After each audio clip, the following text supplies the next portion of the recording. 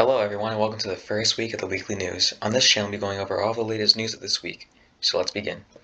As of August 1st, 2021, here in the US there is over 35 million cases, over 600,000 deaths, and over 29 million recoveries. Due to the new COVID Delta variant, cases have been on the rise. July 30th saw 122,674 cases, higher than any other day in April and May.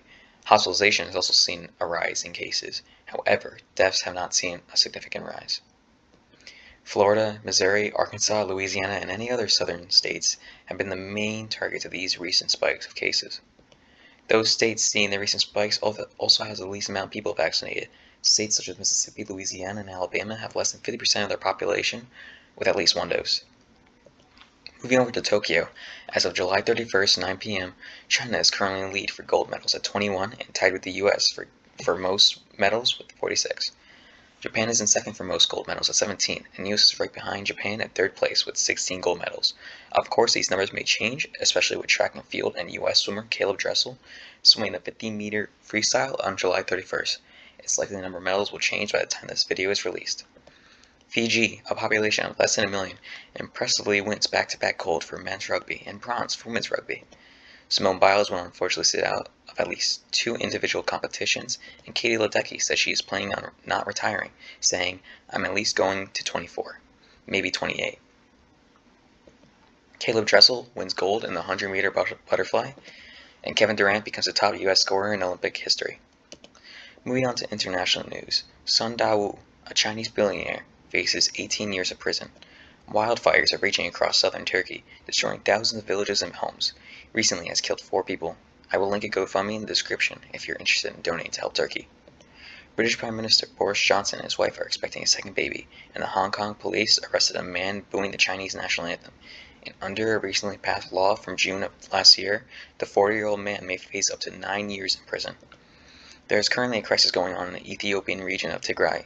The region, devastated by conflict and war, has faced hundreds of thousands of deaths, and the UN predicts that food supplies will run out due to food trucks not entering the region. 400,000 people are on the verge of famine. I will link a donation site in the description if you're interested in donating to help the region of Tigray. After recent Chinese aggression in the South China Sea, the Philippines has renewed an agreement with the U.S. that makes it easier for the U.S. to move in and out of the country. Moving back to the States, Fauci believes lockdowns are unlikely, saying, "I don't think we're going to see lockdowns." The Maine Republican Senator, Susan Collins, believes a bipartisan infrastructure bill will be able to get through enough Republican support to pass this week, saying, "I think we'll be able to lay down the bill later today and begin perhaps consideration of some amendments." The Senate expects to move forward on the bill today. The national eviction ban expired yesterday, July 31st, which puts millions of renters behind on rent at risk for evictions. Politicians such as AOC believe it is the Democrats in the House to be blamed for the expiration because they are the majority in the House, yet failed to extend the eviction ban. Sarah Palin, former governor of Alaska and vice presidential nominee in 2008, hints at running against Lisa Murkowski in the 2022 midterm Senate races, saying, "If God wants me to do it, I will." Some miscellaneous news. A research vessel found SpongeBob and Patrick lookalikes on the ocean surface. Denver police are giving out gift cards instead of tickets to fix broken headlights, and New Mexico wilderness area grows by 50% after the largest ever land donation. Thank you for watching this week's news. Make sure to come back every Sunday for the daily week news.